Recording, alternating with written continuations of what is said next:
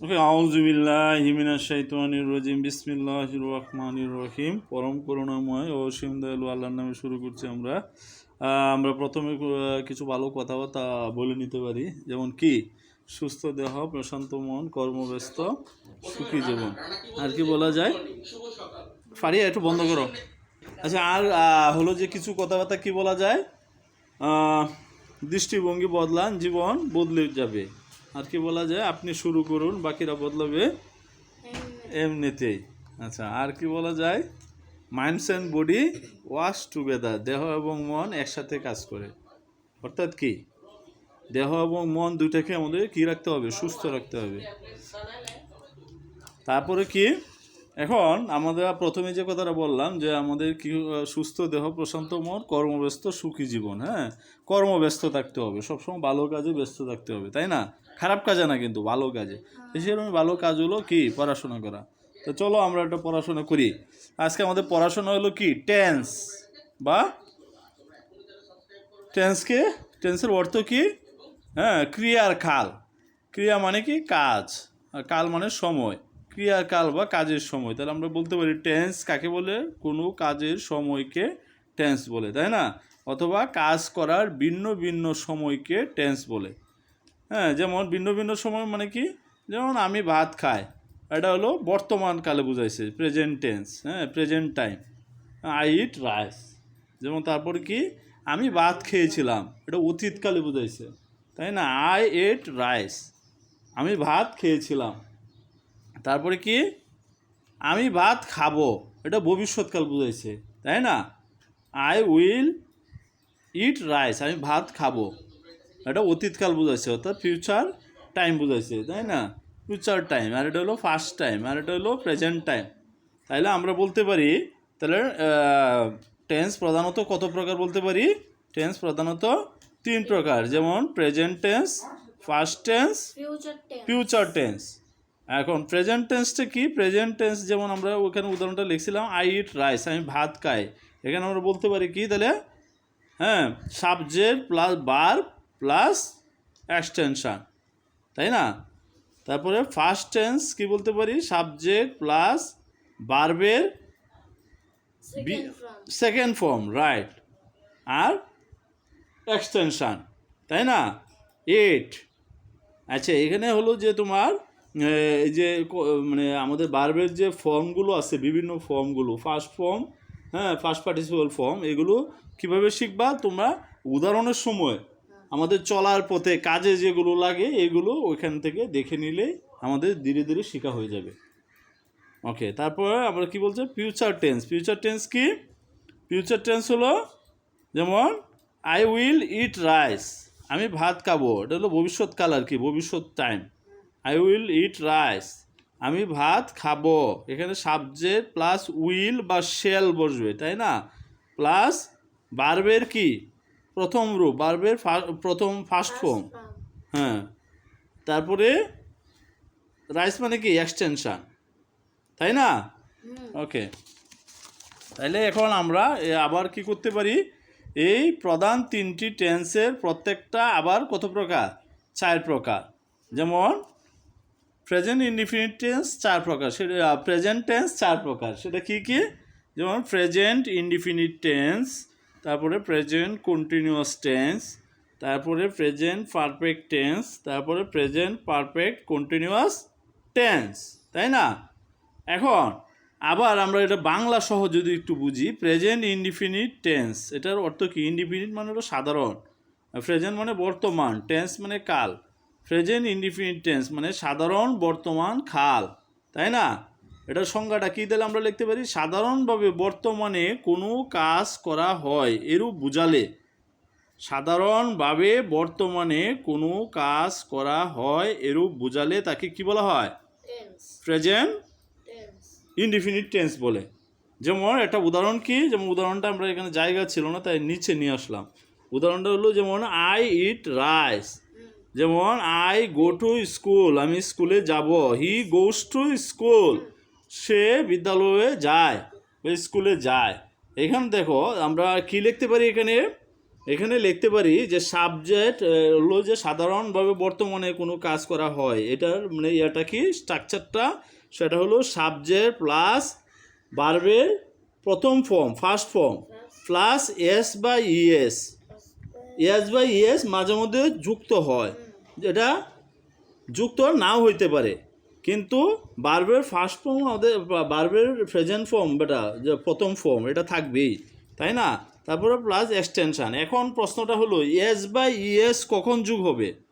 S বা ES আমাদের ভার্বের সাথে এস বা ইএস বা ভার্বের শেষে এস বা ইএস কখন যোগ হবে? যখন আমাদের কি, যখন আমাদের সাবজেক্টটা, এই যে সাবজেক্টটা যে প্রথমে থাকে, এই সাবজেক্টটা যখন কি হবে? ফার্স্ট পারসন, থার্ড পারসন এবং সিঙ্গুলার নাম্বার হবে। থার্ড পারসন সিঙ্গুলার নাম্বার আমাদের বোঝার উপায় কি? থার্ড পারসন সিঙ্গুলার নাম্বার হলো সহজভাবে, খুব সহজভাবে, যে তুমি আমি ছাড়া, আই এবং ইউ ছাড়া যদি একজন ব্যক্তি বা একটি প্রাণী অথবা একটি বস্তু বোঝায়, তাই না? সাবজেক্টটাকে যদি কি বোঝায়? একজন ব্যক্তি বা একটি প্রাণী বা একটি বস্তু বোঝায়, তাই না? কি ছাড়া? ইউ এবং আই ছাড়া, অর্থাৎ তুমি এবং আমি ছাড়া। তাহলে এটা হলো থার্ড পারসন কি সিঙ্গুলার নাম্বার। বোঝা গেছে বিষয়টা?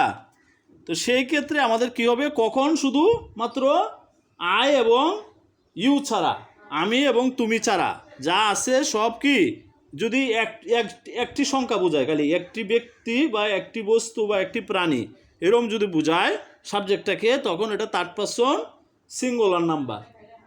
বোঝা গেছে? যেমন এখানে আমরা একটা উদাহরণ দিছি, যেমন হি গোজ টু স্কুল, এখানে হি হলো কি থার্ড পারসন, কিন্তু এই যে আই এটা কিন্তু কি থার্ড পারসন না, ইউ এটা কিন্তু থার্ড পারসন না, সেকেন্ড পারসন। এই জন্য আমরা এখানে এই যে এখানে শুধু গো লিখেছি, এখানে কিন্তু এস বা ইয়ে যোগ করি নাই। কিন্তু হি বা পারাবি গোজ টু স্কুল, বা মুকলেশ গোজ টু স্কুল, বা পাহিম গোজ টু স্কুল, এখানে যে কোনো একজন ব্যক্তি বা একটি বস্তু বা একটি প্রাণী বোঝালে সাবজেক্টটাকে যদি একটি বস্তু একটি প্রাণী বা একজন ব্যক্তি বোঝায়, হ্যাঁ, সেটা এবং আই এবং ইউ ছাড়া, আমি এবং তুমি ছাড়া, তখনই এটার সাথে ভার্বের সাথে এস বাই এস যোগ হবে। পরিষ্কার না? পরিষ্কার না? পরিষ্কার। ওকে, তারপরে দেখো এখন আমরা হলো যে প্রেজেন্ট কন্টিনিউয়াস টেন্স, এটা আমরা শিখবো। প্রেজেন্ট কন্টিনিউয়াস টেন্স মানে কি? কন্টিনিউয়াস মানে গঠমান বা চলমান, টেন্স মানে কাল, প্রেজেন্ট মানে বর্তমান, চলমান গঠমান বর্তমান কাল। সেটা আবার কি? যদি কোনো কাজ বর্তমানে চলছে মানে কি? যেমন বর্তমানে চলিতেছে, হইতেছে, বলিতেছি, করিতেছি, চলতেছি এরও বুঝালে, তখন তাকে প্রেজেন্ট কন্টিনিউয়াস টেন্স বলে। হ্যাঁ, এখন উদাহরণটা কি? যেমন আই অ্যাম ইটিং রাইস, আমি ভাত খাচ্ছি। আই অ্যাম ইটিং রাইস, আমি ভাত খাচ্ছি। তাহলে এটা স্ট্রাকচারটা কি? গঠনটা কি? গঠনটা হলো সাবজেক্ট প্লাস এম ইজ আর। যেমন এখানে আমরা এম লিখছি, আই এর ক্ষেত্রে এম হয়, ইউ এর ক্ষেত্রে কি হবে? ইউ আর হবে। হি ইজ ইটিং রাইস, যদি হি হইতো তাহলে কি হবে? ইজ হবে। এখানে এম ইজ আর এই তিনটে থেকে যে কোনো একটা বসবে। তাহলে বলো তো দেখি, এখানে যদি এখানে তো আমি বললাম আই অ্যাম ইটিং রাইস, এখানে যদি আমি বলতাম হি, তাহলে কি হবে? হি ইজ ইটিং রাইস, তখন এখানে এম হবে না, ইজ হবে। আর এখানে যদি আমি ইউ বলতাম, তুমি ইউ আর ইটিং রাইস, তখন এখানে আর হয়ে যাবে। ইউ হইলে আর হবে, উই হইলে আর হবে, আই হইলে এম হবে, হি হইলে বা থার্ড পারসন সিঙ্গুলার নাম্বার হইলে ইজ হবে। তুমি অন্যদিকে তাকাচ্ছ না, এইদিকে তাকাচ্ছ, এই যে এখানে দেখো। হ্যাঁ, এখানে কি বললাম? কখন ইজ হবে? ইজ হবে হলো থার্ড পারসন সিঙ্গুলার নাম্বার হইলে। আমরা তো আগেই পড়ে আসলাম থার্ড পারসন সিঙ্গুলার নাম্বারটা, ওখানে পড়ছি না? আর এম হবে কখন? আয়ের ক্ষেত্রে। আর হবে কখন? ইউ বা আমরা, তুমি মানে তোমরা, হ্যাঁ, বা তুমি, তুমি, তোমরা, আমরা, এরকম বুঝালে আর হবে, ঠিক আছে? বা একের অধিক সংখ্যা বুঝালে কি হবে? আর হবে। সাবজেক্টটা যদি একের অধিক বুঝায়, 2 বা চেয়ে বেশি, তখন কি হবে? আর হবে। আর যদি আই বুঝায়, আমি বুঝাই, তাহলে এম হবে, আই এম। বুঝা গেছে? I am eating rice. আর ইজ হবে কখন? ইজ হবে যখন থার্ড পারসন সিঙ্গুলার নাম্বার। বুঝা গেছে? যখন একজন ব্যক্তি বা একটি প্রাণী বা একটি বস্তু বুঝায় এবং সেখানে আই থাকবে না এবং ইউ থাকবে না, তখন এই বাকি এইগুলোকে কি বলা হয়? Third person singular number. তখন ইজ হবে। যেমন he is, Rahim is eating rice, Karim is eating rice.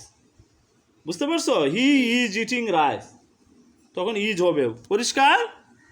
তারপরে রাইস মানে কি? এক্সটেনশন। এই যে বাকি অর্থটা, যে subject plus am is are plus এই যে ভার্বের প্রথম ফর্ম মানে ইট, তারপরে ইটের সাথে কি হবে? আইএনজি যুগ হবে, ইটিং। তাহলে আই এম ইটিং রাইস। বুঝা গেছে বিষয়টা? সাবজেক্ট প্লাস এম অথবা ইজ অথবা আর প্লাস ভার্বের প্রথম ফর্ম, হ্যাঁ ফার্স্ট ফর্ম, হ্যাঁ মানে প্রথম ফর্ম আর কি, ভার্বের 1 নম্বর ফর্ম, হ্যাঁ প্লাস আইএনজি প্লাস হলো এক্সটেনশন। ঠিক আছে? মানে বাকি অংশ, এক্সটেনশন মানে বাকি অংশ। এখন আমরা শিখব হলো present perfect tense. Present perfect টেন্সটা এখন আমরা একটু শিখি। হ্যাঁ, এখন দেখো এই যে present perfect tense. Present perfect টেন্সটা আমরা কীভাবে বলবো বলো? প্রেজেন্ট পারফেক্ট টেন্স, পারফেক্ট হতো কি? পুরা গঠিত। প্রেজেন্ট হতো বর্তমান, টেন্স হতো কাল। প্রেজেন্ট পারফেক্ট টেন্স হতো পুরা গঠিত বর্তমান কাল। যদি বর্তমানে কোনো কাজ এইমাত্র শেষ হয়েছে এরূপ বুঝায়। কখন শেষ হয়েছে? এইমাত্র শেষ হয়েছে। এখানে একটু লেখার দরকার আছে। যদি বর্তমানে কোনো কাজ এইমাত্র শেষ হয়েছে এরকম বোঝায়, বুঝছো?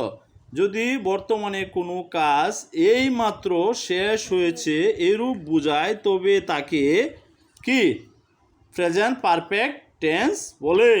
যেমন আমি ভাত খেয়েছি, এখনো আমার হাতে কি আছে? হাত ভিজা, ঠোঁট ভিজা, এখনো চিহ্ন লেগে আছে, এর ফল এখনো বিদ্যমান আছে। কোনো কাজ এইমাত্র শেষ হয়েছে কিন্তু এর চিহ্ন এখনো বিদ্যমান আছে। বুঝতে পারছো? এরকম যেমন আমি ভাত খেয়েছি, এখনো আমার চিহ্ন হাতে পায়ে লাগে আছে, ঠোঁটে লাগে আছে। আচ্ছা, আমি ভাত খেয়েছি, আই হ্যাভ ইটেন রাইস। আমি ভাত খেয়েছি, তাহলে এটা স্ট্রাকচারটা কি? সাবজেক্ট প্লাস হ্যাভ বা হ্যাজ প্লাস ভার্বের 3 নম্বর রূপ first participle form plus extension. এখন কথা হলো হ্যাজ কখন বসবে বলো? যখন থার্ড পারসন সিঙ্গুলার নাম্বার হবে। থার্ড পারসন সিঙ্গুলার নাম্বার কোনটা? যেমন আমি এবং তুমি ছাড়া যদি সাবজেক্টে একজন ব্যক্তি বা একটি বস্তু বা একটি প্রাণী বোঝায় বা একটা সংখ্যা বোঝায় সাবজেক্টের মধ্যে, বোঝা গেছে? তখন এটাকে কি বলা হয়? Third person singular number. কি ছাড়া? আমি আর তুমি ছাড়া, আই এবং ইউ ছাড়া। বোঝা গেছে বিষয়টা?